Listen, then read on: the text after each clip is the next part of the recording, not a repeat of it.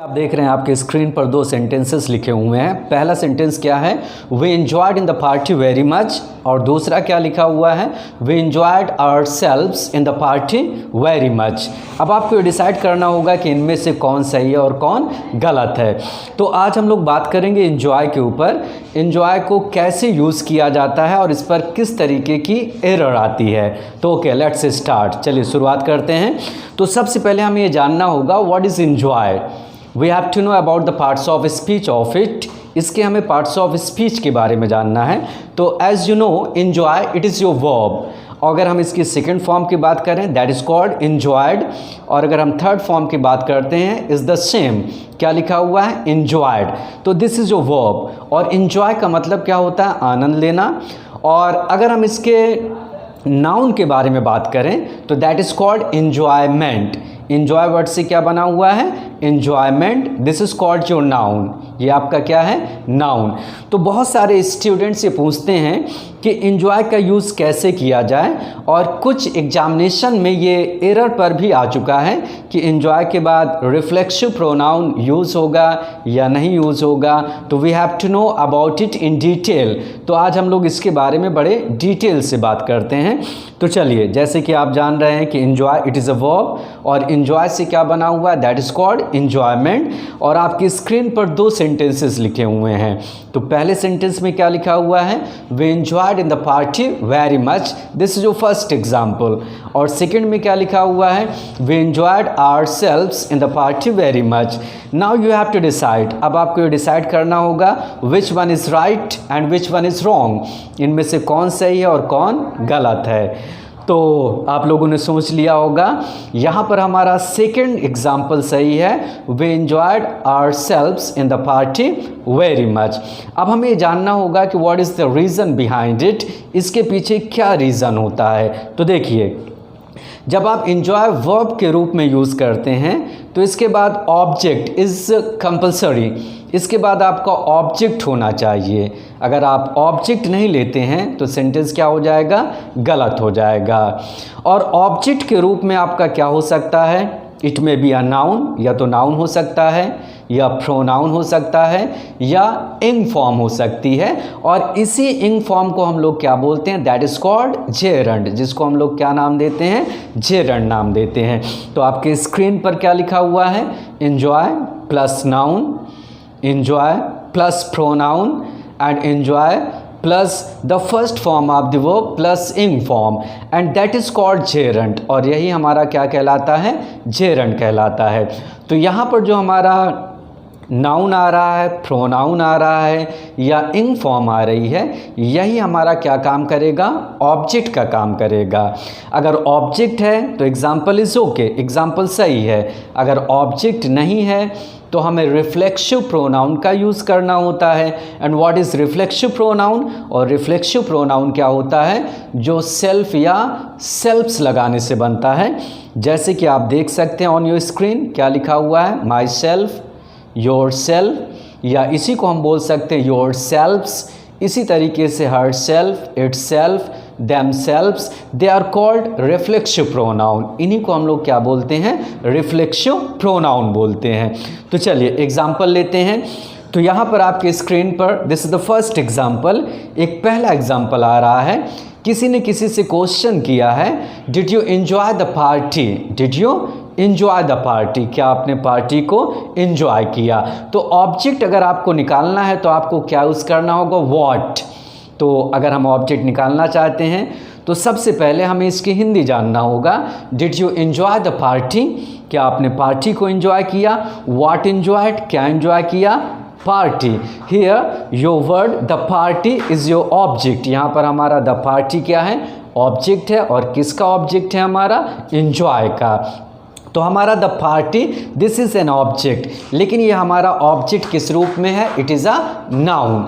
और अगर हम इसका आंसर देंगे तो कैसे आंसर देंगे, yes I enjoyed it very much. हम लोगों ने इसे बहुत ज़्यादा इंजॉय किया, enjoyed. And after that you are seeing, इसके बाद आप देख रहे हैं इट आ रहा है, तो इट हमारा क्या है, इट इज़ प्रोनाउन। तो क्या इंजॉय किया, इट इंजॉय किया, मतलब इसे इंजॉय किया, तो इट हमारा क्या बन गया, दिस इज जो ऑब्जेक्ट। तो ये दोनों ही एग्जाम्पल्स हमारे सही हैं, because we are just seeing object here, क्योंकि हम लोगों को यहाँ पर क्या मिल रहा है, ऑब्जेक्ट मिल रहा है। इसी तरीके से दूसरा एग्जाम्पल है, he will enjoy the movie with us. What is the example? He will enjoy the movie with us. तो यहाँ पर enjoy के बाद ऑब्जेक्ट आपका क्या मिल रहा है, the movie। क्या enjoy करेगा, तो यहाँ पर क्या आएगा, the movie। the movie is जो ऑब्जेक्ट, the movie आपका क्या बना, ऑब्जेक्ट बन गया।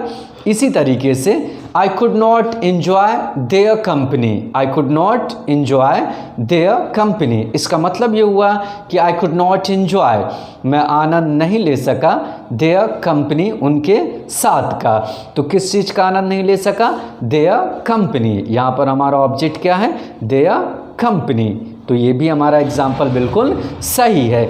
इसी तरीके से हमारे फोर्थ में क्या आ रहा है, I do not enjoy looking after children. I do not enjoy looking after children. तो यहाँ पर देखिए I do not enjoy, मैं आनंद नहीं लेता हूँ, looking after children, बच्चों को look after करने का। look after करना मतलब देखभाल करना। तो किस चीज़ को मैं enjoy नहीं करता हूँ, looking after children। तो यहाँ पर हमारा looking क्या है, this is called your gerund। ये आपका क्या बना, gerund बना। और gerund जो होता है वो किसका काम करता है, noun का। और जो noun होता है वो हमारा subject और object की तरह काम करता है। तो ये भी एग्जाम्पल हमारा सही है। द रीजन इज, इसके पीछे रीजन क्या है, looking after children, this is जो ऑब्जेक्ट। अब इसी तरीके से number 5 example is here on your screen. क्या लिखा हुआ है, my parents do not enjoy watching TV. My parents, मेरे माता पिता, डू नॉट इंजॉय नहीं करते हैं, वॉचिंग टीवी मतलब टीवी देखना। तो यहाँ पर इंजॉय के बाद ऑब्जेक्ट क्या मिल रहा है, वॉचिंग टीवी, दिस इज जो ऑब्जेक्ट। तो आपने देखा, आई गेव यू 5 एग्जाम्पल्स, मैंने आपको 5 एग्जाम्पल्स दिए और पांचों एग्जाम्पल्स में आप ऑब्जेक्ट पा रहे हैं, या तो वो ऑब्जेक्ट नाउन के रूप में है, या प्रोनाउन के रूप में है, या जेरंड के रूप में है। अब उसके बाद हमें इस पर एरर लेनी है कि एंजॉय पर किस तरीके से एरर आती है। तो number first is go out and enjoy in the garden. This is your first example. Go out, this is A portion, and enjoy, this is B portion, and in the garden, this is C portion. और last में क्या लिखा हुआ, no error. अगर example में कोई error है तो क्या होगा, या तो ए होगा, या बी होगा, या सी होगा। अगर एग्जाम्पल में कोई भी एरर नहीं है, that will be called no error. Now you have to decide which part is wrong here, यहाँ पर कौन सा पार्ट आपका गलत है। तो सबसे पहले हम लोग इसकी हिंदी समझते हैं। गो आउट, कोई बोल रहा है गो आउट, बाहर जाओ, एंड एंजॉय, एंजॉय का मतलब आनंद लो, इन द गार्डन, गार्डन में। अब यहाँ पर आपको क्वेश्चन करना है कि क्या चीज़ एंजॉय करें। गो आउट, बाहर जाओ, एंड एंजॉय, एंजॉय करो, तो व्हाट एंजॉय, क्या एंजॉय करें। तो यहाँ पर ऑब्जेक्ट हमारा क्या हो रहा है, मिस हो रहा है। और ऑब्जेक्ट को जानने के लिए आपको क्या यूज़ करना होगा, व्हाट यूज़ करना होगा। जब एंजॉय के बाद ऑब्जेक्ट आपका मिस होता है तो आपको रिफ्लेक्सिव प्रोनाउन को ऑब्जेक्ट के रूप में लेना पड़ेगा। तो अब जैसे आप जान रहे हैं कि दिस इज़ जो इम्पेरेटिव सेंटेंस, ये आपका इम्पेरेटिव सेंटेंस है और इसमें सब्जेक्ट यू हमेशा अंडरस्टूड होता है। तो यहाँ पर आप समझ रहे हैं कि यू छिपा हुआ है, तो यू के अकॉर्डिंग क्या निकलेगा, योर सेल्फ। तो करेक्ट एग्जाम्पल हमारा क्या बनेगा, गो out and enjoy your self in the garden. तो कौन सा पोर्शन हमारा गलत माना जाएगा, सी पोर्शन और बी पोर्शन। थोड़ा सा प्रॉब्लमेटिक हो गया कि योर सेल्फ आप किस में डालेंगे, तो डेफिनेटली आपको किस में रखना होगा, बी में रखना होगा। गो out and enjoy your self in the garden. अब इसी तरीके से आपका दूसरा एग्जाम्पल ऑन योर स्क्रीन, आपके स्क्रीन पर है। आई रियली एंजॉयड, मैंने वास्तव में एंजॉय किया, व्हेन आई वेंट टू रोम, जब मैं रोम गया। मैंने वास्तव में एंजॉय किया जब मैं रोम गया। तो A part, I really, this is your A part. Enjoyed when, this is called your B part. और सी पार्ट में क्या लिखा हुआ है, I went to Rome, this is your C part, and D part is called no error. तो आपको decide करना होगा कि कौन सा पोर्शन यहाँ पर गलत है। वही टेक्निक आपको अप्लाई करना है। आई रियली, मैंने वास्तव में इंजॉयड, आनंद लिया।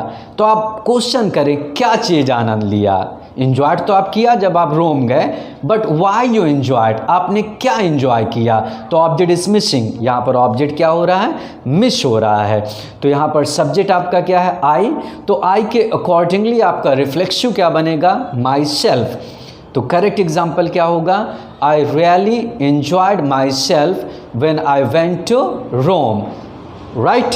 इसी तरीके से आपका थर्ड क्या है, I used to enjoy to play hockey when I was in high school, this is your example.